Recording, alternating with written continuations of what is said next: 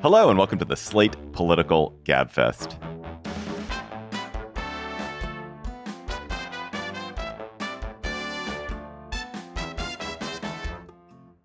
April 13th, 2023, that shoddy abortion pill ruling edition.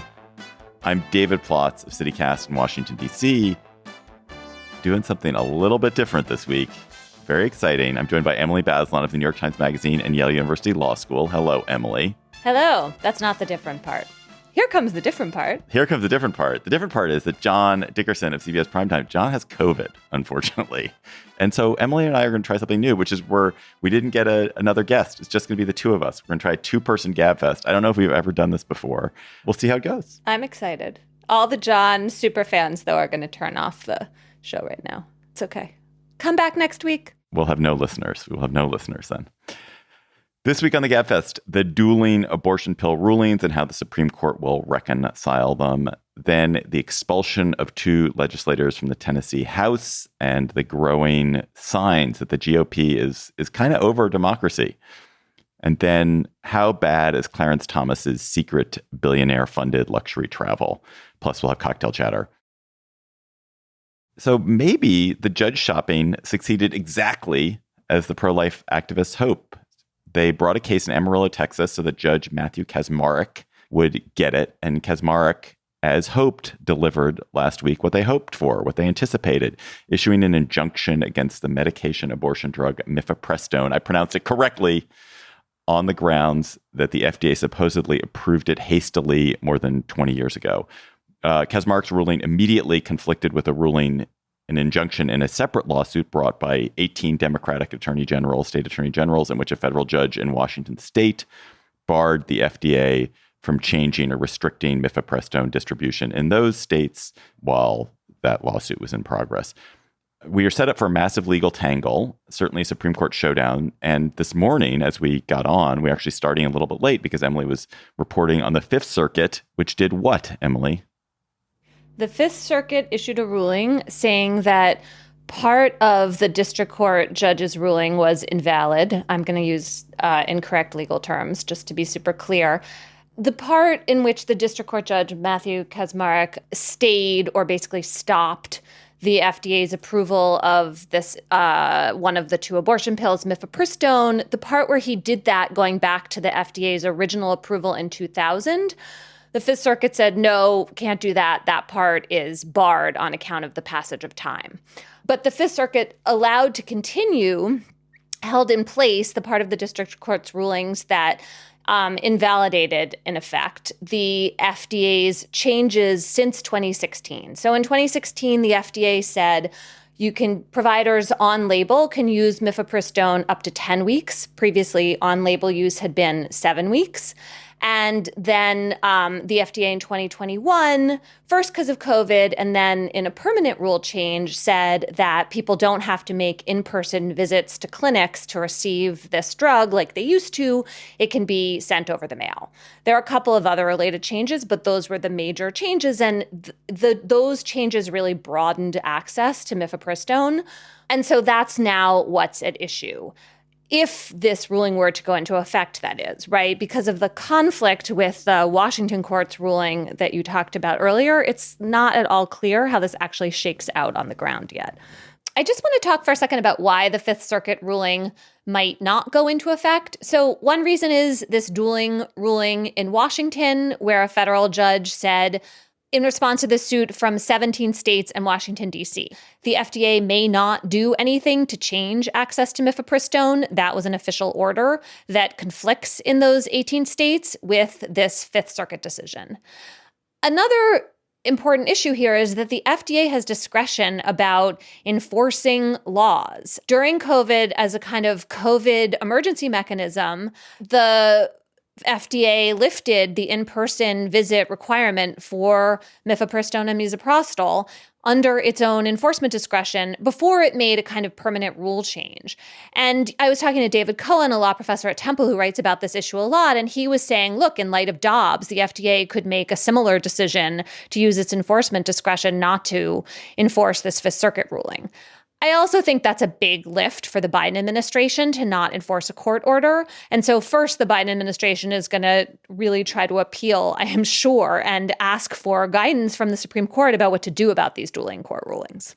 Let's go back, Emily, because the Kaczmarek ruling really, it was at once completely unsurprising. I think everyone anticipated that Kaczmarek would do this, and yet also in its broadness, in its sweep, in its kind of adoption of the language of the anti-abortion extremes was surprising. So just like quickly summarize what it was that Kaczmarek himself did rather than what the Fifth Circuit did. Yeah, I mean, what Kaczmarek did was, as a matter of law in several ways, kind of just beyond. Like, I mean, if you really want to understand the legal weeds of what is wrong with Kaczmarek's ruling, I really recommend reading a long Substack post by Adam Unikowsky, who is a lawyer. He happens to be a former Scalia clerk. Slate, very wisely, because this is a good post, picked up part of it. So that's like the complete version. The quick summary part is that a court has never told the FDA to withdraw its approval of a drug before, just based on the court's own decision that the FDA did it wrong. That's just not how administrative law works. Agencies have a lot of discretion. They build up a record. They do a review. Then the courts review that with some deference to the decisions agencies have made, and they don't make sudden rulings like this. And because it was so dramatic and startling and it seems unprecedented, there are a lot of drug company officials, there were more than 400 of them, that signed a letter saying, like, no, this is not how we do it. And this is going to totally unsettle and destabilize the way drug approval and pharma regulation works in the United States. This cannot stand. The Fifth Circuit ruling is not that huge amount of drama, but if it went into effect, it would still have enormous consequences for the provision of drugs, and it still rolls back these changes that the FDA made out after a lot of study. So it will be interesting to see if the general response from pharmaceutical executives is similarly outraged and distressed as a result of this Fifth Circuit ruling, which could freeze in place, if it goes into effect, some, pretty severe restrictions on access to Mifepristone inside the United States from U.S. manufacturers and companies. Don't get pharma angry. You do not want to piss off pharma. Pharma is an incredibly powerful lobbying group. It is a source of an enormous amount of U.S. national wealth, and it seems prohibitively unlikely that the Supreme Court would casually overturn an FDA approval whole hog in this way, because it creates such uncertainty. If you're a drug company that is planning your research, it's planning around, what the revenue streams that are going to come from a particular pharmaceutical, to think that at any minute, a single judge willy-nilly 20 years later can say, sorry, not this time, can't use this anymore. That seems outrageous. There is really actually 30 years of research, but certainly there is a couple of decades of research about the safety and effectiveness of Mifepristone, used in combination with Misoprostol, which is the more available, basically normal prescription drug, that in combination is the kind of gold standard for a medication abortion. So there's lots of research here. It's as if that research doesn't matter and the FDA's review of it doesn't matter in the eyes of the Fifth Circuit as well as the District Court. I mean, the Fifth Circuit says, well, look, people who take these drugs experience severe cramping and bleeding. That's really bad in the eyes of the Fifth Circuit, as opposed to like the necessary way in which miscarriage takes place, right? A medication abortion feels like an induced miscarriage. And so the Fifth Circuit says, well, because of all of that, discomfort, pain, we're just going to say that people have to use these drugs the way they were used in 2016.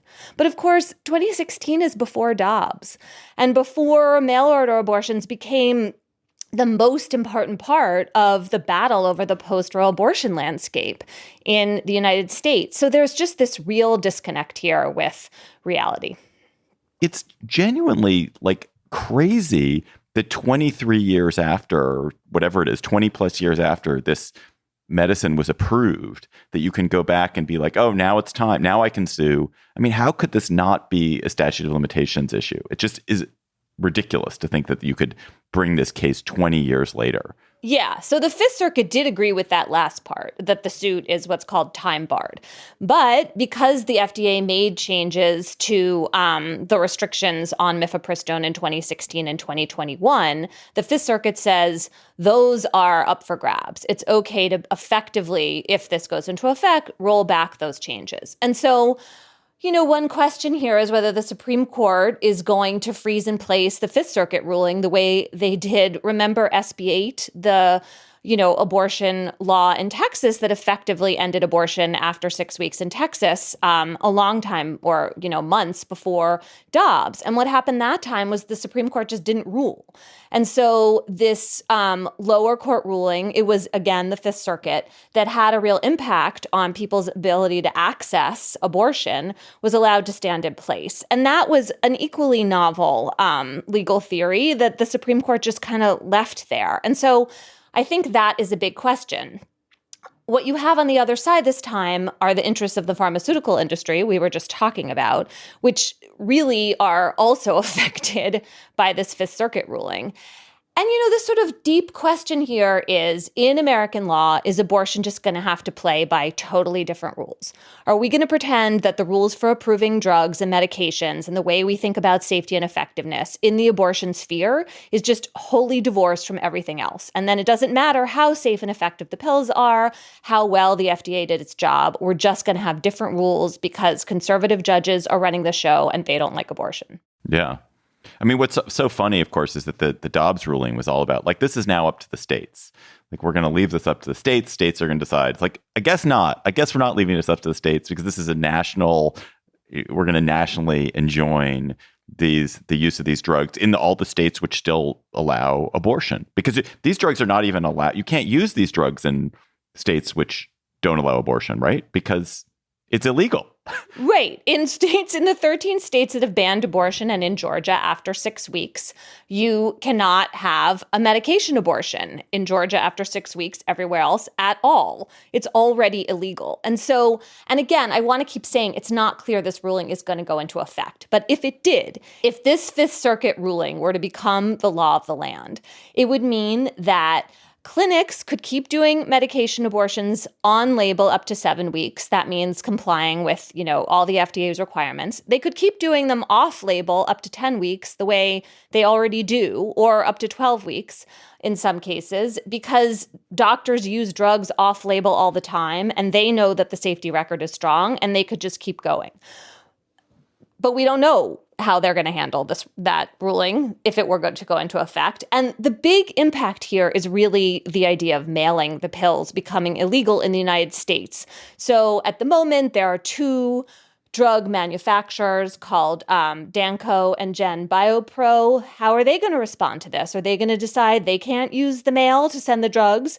And then there are a couple mail order pharmacies, which are similarly going to have to make decisions about what to do if this goes into effect. And then you have all the online providers. Telehealth abortion provision has become a much higher percentage of the total than it was before Dobbs, because there are all these people stuck in states where they can't get abortions. They can not get the abortions mailed to them entirely legally by American providers, but they can have them mailed to friends. There are ways that people are finding their ways to the pills, even domestically. And that is a huge change and would really affect how all of this plays out in people's lives. We should talk about the international market, which there's an amazing feature in the New York Times today by Allison McCann, who's a graphics editor at the Times. And she did a great reporting project showing how these pills are being mailed from mostly India, but some other countries as well. And they're coming to these middlemen providers in the United States who are just people who want to make money. And in some ways, you look at this kind of amazing story and you think, well, capitalism is solving the problem of abortion provision. The pills, as long as they are what they say they are, can come in through all these different distributors and mechanisms, and there's money to be made. I mean, at one point, Allison reports that she was, as a reporter, asking one of these middlemen distributors how he did his job, and he said, "Well, do you want to sell for me?" And then he writes her a text that says, "You can buy a Tesla." Like, you'll make enough money from us, you'll be able to buy a Tesla really quickly. Come work with us. So that's a really interesting part of the story. And if the courts cut off domestic mail order access to the pills, then that international market is just going to grow. Before we end this, Mifepristone is used safely for abortions in lots of countries on its own. So is that a possibility if Mifepristone is barred here? Yeah, if this ruling were to go into effect, misoprostol-only abortions would still be available in the United States. The ruling doesn't affect access to miso. The issue there is that this is not the gold standard of care. I mean, if you really care about discomfort to women as they experience the unpleasantness of an induced miscarriage, then you want women to have access to both of these drugs, because miso-only abortions, they're just more uncomfortable. People are more likely to have side effects like nausea and chills and diarrhea. It's harder for them to tell when the pregnancy is over quickly. And those things matter to people's actual experience. So if the pain and suffering of American women is actually on the minds of these judges, then you want both drugs available. However, miso-only abortions, especially early in the first trimester, are safe and effective, and they will continue to be available in the United States. So that's the irony here. I mean, they will continue to be available domestically in the United States as opposed to through international providers and the mail. Slate Plus members, you get bonus segments on the Gabfest every week, of course. You can become a member by going to slate.com/Gabfest Plus, and you get no ads on any Slate podcasts. You get various bonus episodes of Slate podcasts. Our extra segment this week is going to be about whether it is wrong to own Hitler memorabilia, as Clarence Thomas benefactor Harlan Crow does. Is that in itself wicked? Go to slate.com/Gabfest Plus and become a member. This episode of the Gabfest is sponsored by ZipRecruiter. It takes all kinds of talent to keep a workplace running smoothly. Think about the White House. We all know about the standard White House roles. There's this secretary, speechwriters, chief of staff, counsel. But did you know that the White House also has an executive pastry chef, a director of youth correspondence, a chief calligrapher, a butler? It's just like if you own a growing business, you need the right people to keep your workplace going. So if you're hiring, there's only one place to go to fill all your roles: ZipRecruiter. And right now you can try ZipRecruiter for free at ZipRecruiter.com/Gabfest. ZipRecruiter's matching technology finds the most qualified candidates for your role, whether it's dog walker, or whether it's creative director, or whether it's chair of the Council of Economic Advisors. If you see a candidate who'd be perfect for your job, ZipRecruiter makes it easy to send them a personal invitation, so they're more likely to apply. See why even the most prestigious businesses count on ZipRecruiter. 4 out of 5 employers who post on ZipRecruiter get a quality candidate within the first day. Simply go to this exclusive web address to try ZipRecruiter for free. ZipRecruiter.com/Gabfest. Again, that's ZipRecruiter.com/GABFEST. ZipRecruiter, the smartest way to hire. Macy's is making moves to bring more parks to more people across the country. Throughout April, join Macy's in celebrating Earth Month by supporting Trust for Public Land, whose mission is to transform empty schoolyards into vibrant parks that communities can use outside school hours. Just round up your next in-store purchase or donate online to Trust for Public Land. Shop sustainable products and learn more from clean beauty business owners at Macys.com/purpose. On Wednesday, Shelby County officials voted to restore Justin Pearson to his seat in the State House of Tennessee, less than a week after he and Justin Jones, another young Black Democratic legislator, were expelled for disrupting legislative business to abet a gun safety protest in the Tennessee House chamber. Jones had already been restored to his seat, restored to temporary fashion, I should note, restored to his seat by a unanimous vote of the Nashville City Council. The Tennessee action brought by the Republican supermajority in the legislature to expel these two was unprecedented. It was also really dumb politically. It has caused a huge backlash, and it has highlighted the anti-democratic tendencies in certain Republican-controlled state governments. So, Emily, we can talk about the two Justins, but there's something more broadly that's just fishy and unsettling going on with widespread Republican efforts to undermine democratic institutions. There was the efforts to limit progressive prosecutors. There's state takeovers of school boards in blue cities that are in red states. There's Tennessee, for example, moving to change Nashville's form of government to restrict the local power of a city. There are partisan election boards being created in places where they had been nonpartisan. In Kentucky, the Republican legislature removed the ability of the Democratic governor to appoint someone to a vacant Senate seat. There's rampant gerrymandering at the state level that is putting state legislators out of commission as places where there can be actual competition. What's happening? What is going on? Why is this happening now? I mean, in some ways, it's been happening for the last few years, right? We've been worrying about subverting the will of the voters. So I was thinking about a few years ago when Tony Evers, who's the governor of Wisconsin, when he first got elected, the response from Scott Walker, the outgoing Republican governor, and the very heavily gerrymandered Republican-controlled legislature in Wisconsin was to strip the governor of some of his powers because now he was a Democrat. So we're seeing now similar moves on the local level, and they're becoming more and more common in the way that you said. And basically what happens is that a state Republican-controlled legislature that represents more rural and mostly white voters, right? Because that's how it's been gerrymandered. It comes and tries to grab control of some aspect of local representation that is targeting blue cities that are, urban, where there are a lot of Democratic voters, where there are a lot of Black and Latino voters. And so then you strip those people of their power in some way, shape, or form. It's like a pure power grab, and it relies on people being kind of sleepy about the organs of democracy and how it all works.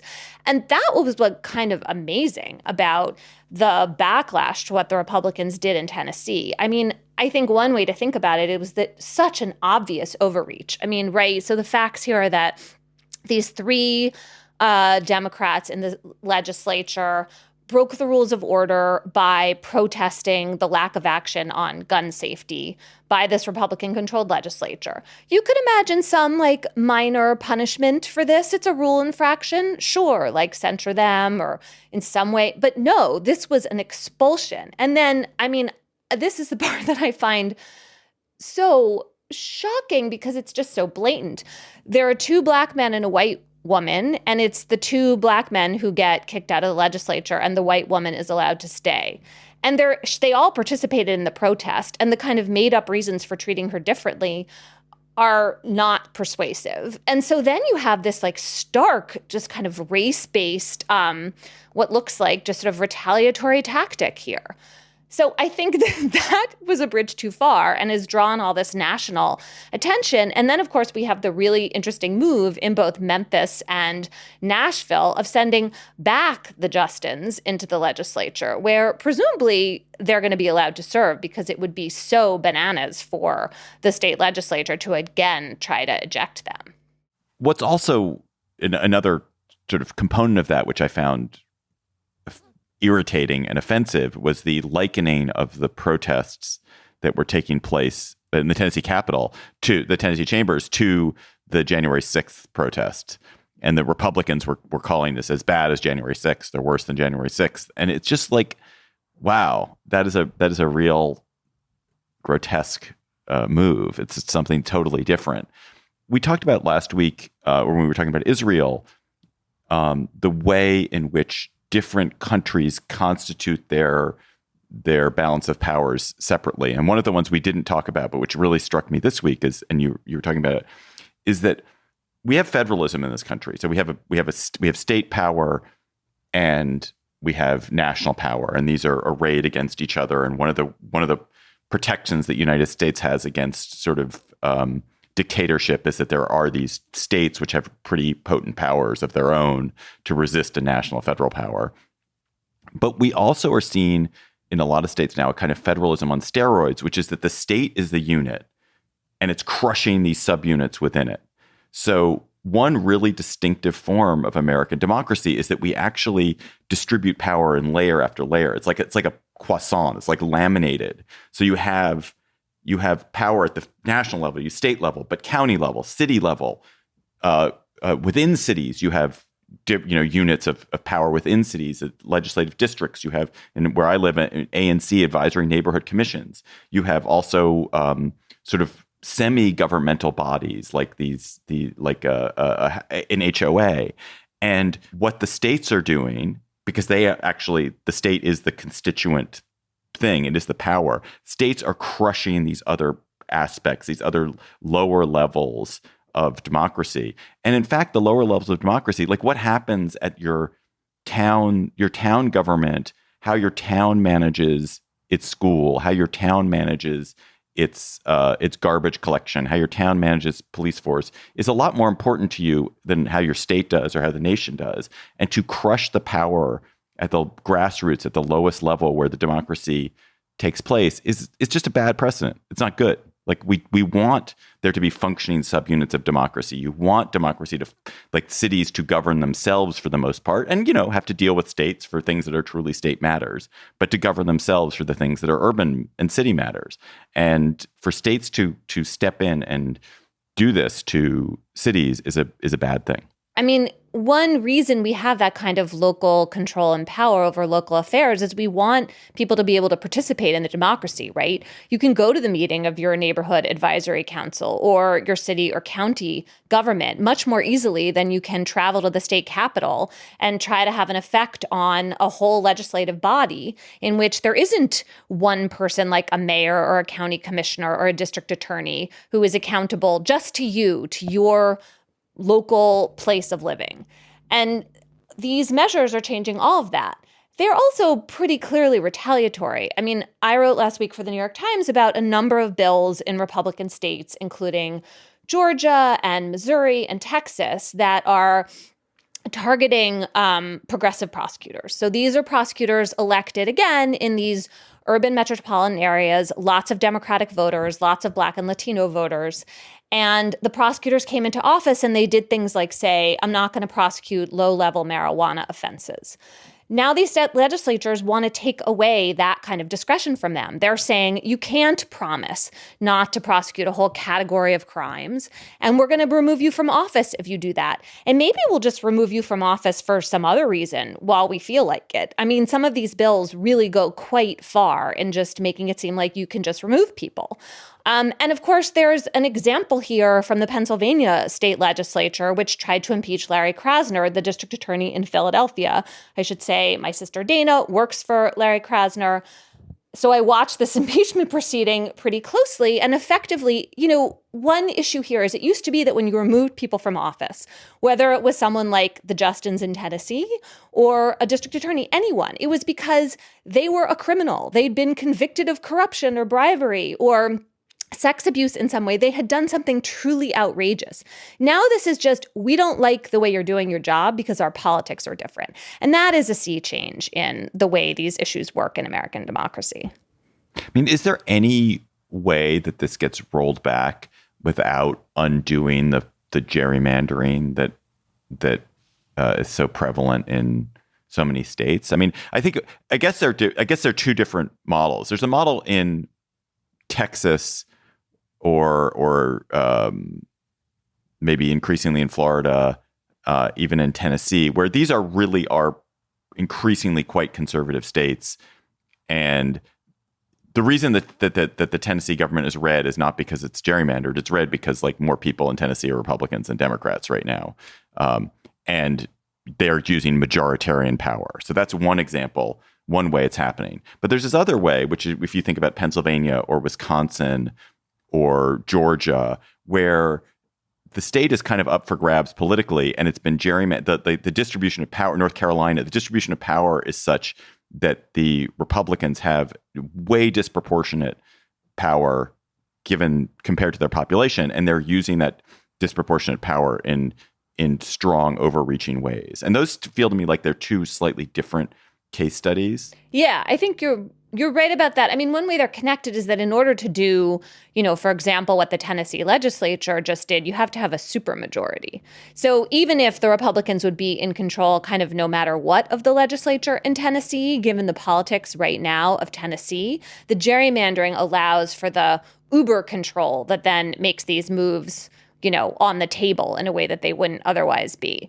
Right. North Carolina is also like that, too. Totally. Yes, exactly. So there are a number of examples, and they're really important. I mean, Wisconsin comes to mind as well. And there's a way in which they're connected, that the gerrymandering, amps up the power in most states, given the way they're configured right now, of Republican legislators, that creates an opportunity for these kinds of moves that wouldn't otherwise exist. So I'm really not sure how you prevent them if you don't roll back the gerrymandering. Of course, the basic issue for rolling back the gerrymandering is to create just a total upswell of opposition among voters. And yet the problem with the gerrymandering is that it allows the minority party to stay in rule despite that upswell. So here again, Wisconsin is interesting. We just had this Wisconsin Supreme Court election in which the Democratic, it was nonpartisan officially, but effectively the liberal candidate won handily. But that was a statewide race that kind of jumps over the whole problem of gerrymandering. It doesn't have a single bit of effect on how the legislature is composed. And that is an enormous challenge for, local organizers across the country right now. So many of my depressed feelings about American democracy come back to this idea of the big sort, that we don't live next to the people who are different from us anymore. We have no contact with people who are different from us. And what it does is, like, if you think of like, oh, Indiana's a red state. Oh, Indiana's such a red state, or Texas is a red state, or whatever. Or California's a blue state. Like, that's not really true. It's like, what it is that Indiana's a state where there are lots, disproportionately compared to the country, of rural voters. And they have cities which have like distinct, heavily Democratic areas, which have a way of wanting to do things. And similarly in California, like, yes, there are these massive cities which are overwhelmingly Democratic, but there are huge numbers of Republicans who live in California. I think there are more Republicans in California than like in any other state except Florida and Texas or something. But they have no power because of the way we treat things. The people who end up ruling the states don't really ever interact with these others, whether they're rural, whether they're urban, because of how we live. And I feel like it's an accelerant for all kinds of bad aspects of American life right now. Yeah, I mean, I think that's a really good point. There are a few states, including California, that have tried to address this with nonpartisan redistricting commissions. Just to see it for 1 second from the point of view of the blue cities, which is my own personal orientation, there has been a bargain, right? Where like if you live in Philadelphia or Austin, you get to have a lot of local control that sort of keeps the forces of the conservatives at bay. And part of that is that you are, in a lot of ways, the economic engine for your state, right? You're the urban center where there are a lot of jobs, where there's a lot of interaction among diverse groups that are at least racially and ethnically diverse and class diverse, even if they're not super politically diverse. And now that bargain is really being threatened. Right. I mean, that's what you're seeing in these states like Tennessee, or these bills about prosecutors in a state like Texas. You're saying to, Memphis and Nashville, no, you can't have your representative. We're going to, embarrass that person. You can't have the kind of local control you had anymore in Nashville over like your local airport. That's another move that they made. And that's really changing the bargain of what it feels like to live in a blue city in a red state. But there's this fantasia, I think, Emily, that people they'll vote with their feet and they won't go and live in these cities because it would be so unpleasant to have to live in a city where abortion access is limited, or so unpleasant to live in a city where the airport authority is controlled by Republicans. But in fact, if you look, like, those cities are thriving. Like, tons of people are moving to Florida. Tons of people are moving to Texas. Tons of people are moving to North Carolina. Educated people who are working in growing industries are moving to the places where these political changes are happening most acutely. It is not the case that there's going to be enough of a political backlash that people won't move there. At least not so far. Which is fascinating, right? I mean, in some sense, that could all be good. It's an antidote to the problem of the big sword, at least somewhat, right? That at least, like, you have lots of people in the country moving into these states like Texas and Arizona and Georgia, and maybe that changes the politics eventually, or at least it has people talking to each other across these political lines. I'm not sure, but it is really, I mean, it's not that surprising, right? That most Americans wouldn't look up their state and local law differences before they move. People move for reasons that feel much more personal to them, their families, their jobs, et cetera. I mean, think about something like Medicaid access, which seems like it should be a huge deal, especially for poor people when they make decisions about where to live. And I'm not sure we really have much evidence that it actually does affect those choices. This episode is brought to you by Saks.com. Saks.com editors are always tracking the top styles that are trending right now.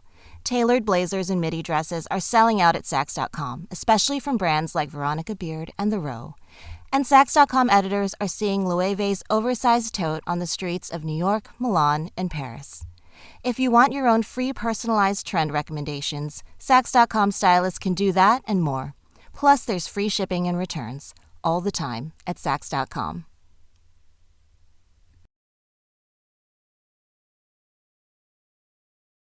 Hey, Gabfest listeners, I've got a message for our listeners in Canada. It's about a show I think you should listen to. It's hosted by journalist and media critic Jesse Brown, and it's called Canadaland. It's the podcast that proves that Canada is anything but boring, which honestly is just a cliche that Americans have about Canada, but you Canadians know is not true. Each episode brings listeners into the most important conversations across the country with some of Canada's best journalists. Some listeners who support the show say Canada's journalism is fearless, fun, and critical, and that it's the only show that has managed to make me care about Canadian media and politics.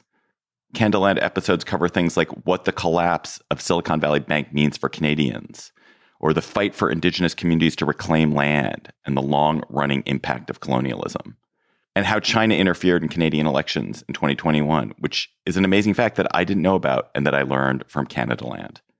So to listen to the show and join the conversation, search for Canadaland in your podcast app. God bless ProPublica. Extraordinary report last week revealed through very dogged reporting how Justice Clarence Thomas, who fronts as an everyman who just loves a Walmart, has taken incredible hospitality from a conservative billionaire named Harlan Crow. Also, how many conservative billionaires are there? There are so many conservative billionaires. You just hear about a new one every week. There's some other conservative billionaire you've never heard of. Anyway, Thomas took a 21-day yacht trip in Indonesia, which properly would be valued at $500,000. Private jet trips. He went to visit Emily at Yale for 3 hours. That was a $70,000 trip. He did not. He's had frequent week-long stays at Crow's New York estate Top Ridge, surrounded by conservative luminaries like Len Leo. Crow has also given major gifts to Thomas, a Bible owned by Frederick Douglass, all that and more. And none of it, well, the Bible was reported, none of it reported on disclosure forms. So, Emily, did Thomas break any law or any judicial code of ethics? I mean, it certainly appears possible that he broke a law called the Ethics in Government Act, which passed after Watergate, and said that public officials, including justices of the Supreme Court, were supposed to report gifts of over, I believe, the very specific amount of $415. Lots of experts, including several that ProPublica quoted in this really fabulous piece of reporting. Just side note about this reporting, it clearly relied on a lot of people who used to work for Harlan Crow. Like, I don't know, the sailors on these cruises and the people who manned the jets. And like, I love that part of this, that the reporters found those folks and got them to talk. Tip your private jet stewards, people. Especially probably the ones that you let go and who don't work for you anymore. Anyway, so it does look like the Ethics in Government Act is in play here. And Thomas's response to that was to make this quite vague statement. Well, when I first got to the court, I talked to some colleagues about whether I had to disclose this kind of what he calls private friend hospitality, and people said no. But it seems really clear from these experts that actually things like a cruise, a private jet trip are absolutely covered by the Ethics in Government Act and should have been reported. And maybe my favorite fact in all of this is that years ago in the late 90s and early 2000s, some of this beneficence from Harlan Crow to Clarence Thomas was reported because Thomas did disclose it early on his disclosure forms. And there was press about it, and he just stopped disclosing it. So, he clearly kind of made a bet, and it went pretty well for him, lo these many years in between. But now these facts look like a real problem. And then another problem here is that it's not actually clear that he violated the Code of Judicial Ethics only because, or primarily because, it doesn't necessarily apply to the Supreme Court. There's no enforcement mechanism. They've never adopted it. And so the justices get to basically make up their own rules. And yet again, we're seeing what a problem that is for the appearance of fairness and the appearance of impartiality, right? I mean, Thomas can say, and Harlan Crow can say, we never talked about cases. None of this influenced my rulings in any way. But it just looks fishy. And looking fishy, that kind of appearance problem, is supposed to be addressed by the Code of Judicial Ethics. I have so many thoughts about this. First of all, I found it completely unsurprising. Supreme Court justices are poorly paid compared to most fancy lawyers. And it is not at all surprising that they find a way to move in circles, to move in the circles of the rich, move in the circles of the kinds of people they used to socialize with. And the way they do it is they are gifted things. And I do have occasionally in my life, remember hearing about, these Supreme Court justices, going to a conference on European jurisprudence, and it just happens to be held in Siena at some, 7-star hotel in Siena. And you're like, oh, yeah, a conference on European jurisprudence, my ass. It's just like, this is your fancy vacation. But what Thomas is doing is a whole other level. This is like a whole next level, really specialized form of uber rich traveling. But I was thinking, is this more harmful or less harmful than traditional bribery? Crow's point and Thomas's point is Crow never had any business before the court. He's not talking to Thomas about cases he has before the court involving his real estate empire because he doesn't have cases before the court, and therefore it is harmless because it doesn't directly cause a corrupt outcome in a case. And that's true. That's probably true. There's no direct line from something that Thomas is doing with Crow to Thomas voting for Crow's interest or Crow's best friend's interest. As far as I believe that. But what's so harmful is that we know, any human being who knows that social networks and acculturation are the most powerful tools for cohesion persuasion. Thomas obviously is already sympathetic to conservative issues. I mean, he's a conservative justice. He's appointed. But when you're bathed in champagne, when you're served, wine, when you're fed its caviar, when you're flown in its jet, when you're fumigated by its cigars, you become so much more a part of this movement. You become so much more reliable. They don't need to know how, they don't need to bribe Thomas to know he will vote in this way because they've completely co-opted him by putting Thomas in this environment and surrounding him with these lavish things, and then also with these kinds of people. It guarantees that Thomas will behave in a certain way. I mean, this is the same topic we were talking about a minute ago. This is the big sort. It's who is Thomas's world? Thomas's world is rich conservative people. It's a really tiny cost to guarantee that his worldview is completely their worldview. And that's a much worse form of corruption, I think, than just pay somebody and they'll vote for your power plant to be violate zoning law. Right. I mean, if nothing else, it breeds deep cynicism about the courts and about claims to impartiality and being above politics that judges rely on to have their authority. In Thomas's case, there's also the additional factor of his wife, Ginny Thomas, and the way in which her political activities have been very right-wing. And then you have the further complication, which is that at least in one case, there is this question about an outcome, about a Thomas vote, right? I mean, a couple of years ago, the court had to decide whether to rule that a whole lot of texts related to January 6th, a lot of communications, were going to get turned over or not. And this was as part of the Justice Department investigation, or maybe the congressional investigation into what happened to January 6th. And it was 8-1 in favor of turning over these materials. Thomas was the lone dissenter. And then the materials get turned over, and lo and behold, they include text to and from Ginny Thomas with various Republican officials.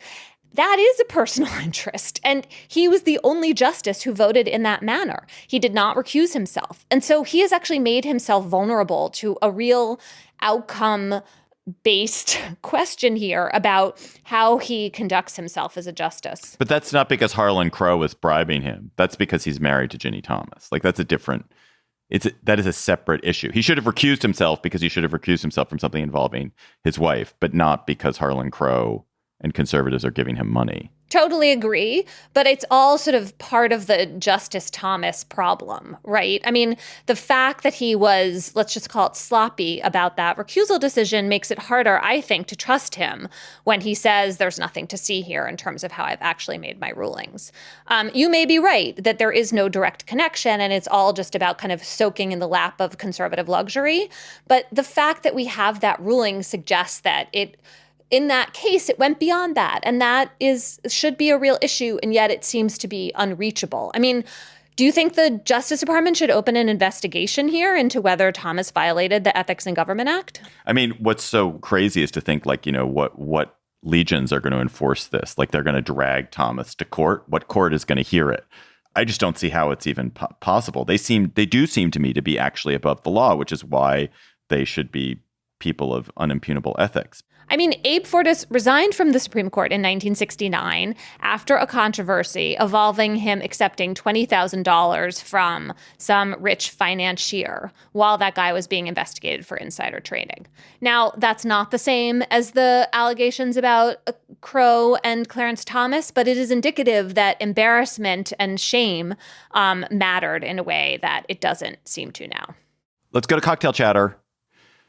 Emily, it's like you and I have just had cocktails, just the two of us. What are you going to chatter about? I just read a novel that I thought was really interesting called Vladimir by Julia May Jonas. And I don't want to give too much away, but it's basically a novel set in the academy, a small college in New York State. The author teaches, I think, at Skidmore. I was thinking of like Bard and Vassar.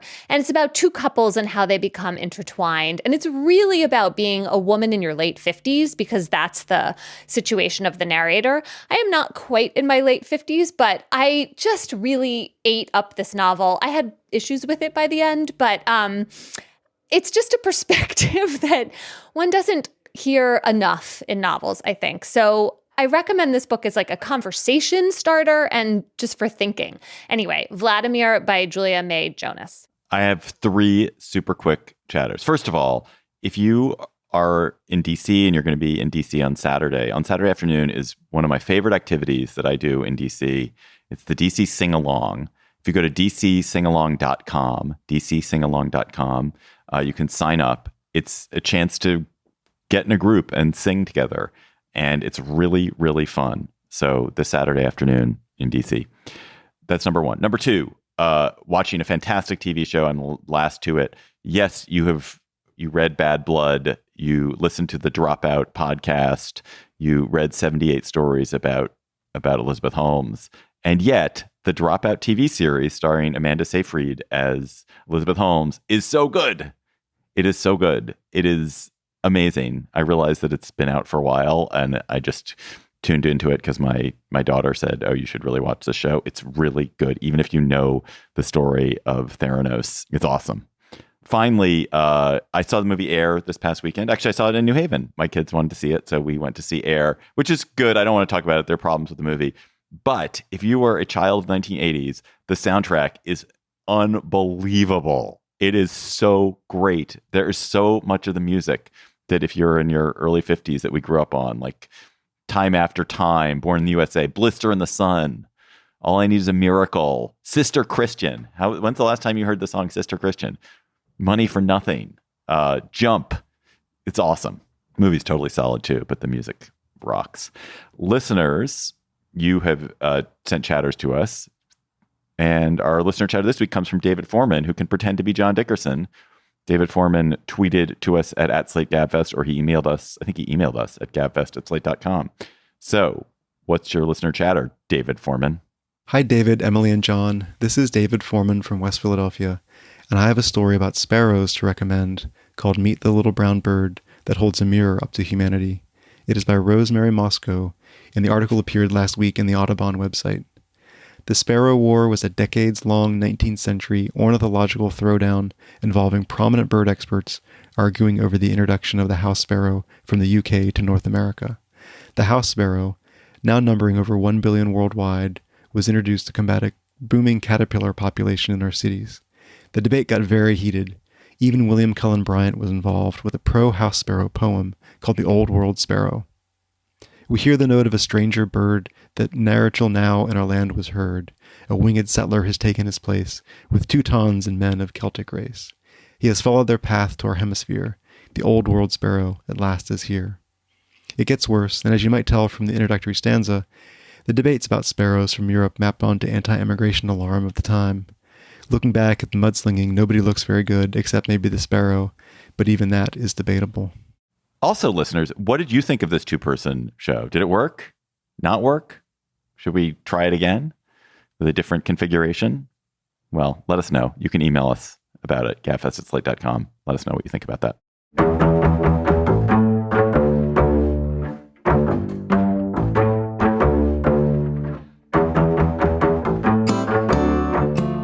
That is our show for today. The Gabfest is produced by Shana Roth. Our researcher is Julie Hugan. Our theme music is by They Might Be Giants. Ben Richmond is Senior Director for Podcast Operations. Alicia Montgomery is VP of Audio of Slate. Follow us on Twitter at @SlateGabfest.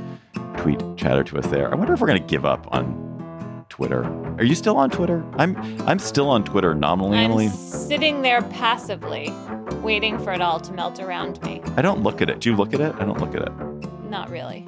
For Emily Bazelon and Emily Bazelon, I'm David Plotz. Thanks for listening. Hopefully the three of us will talk to you next week.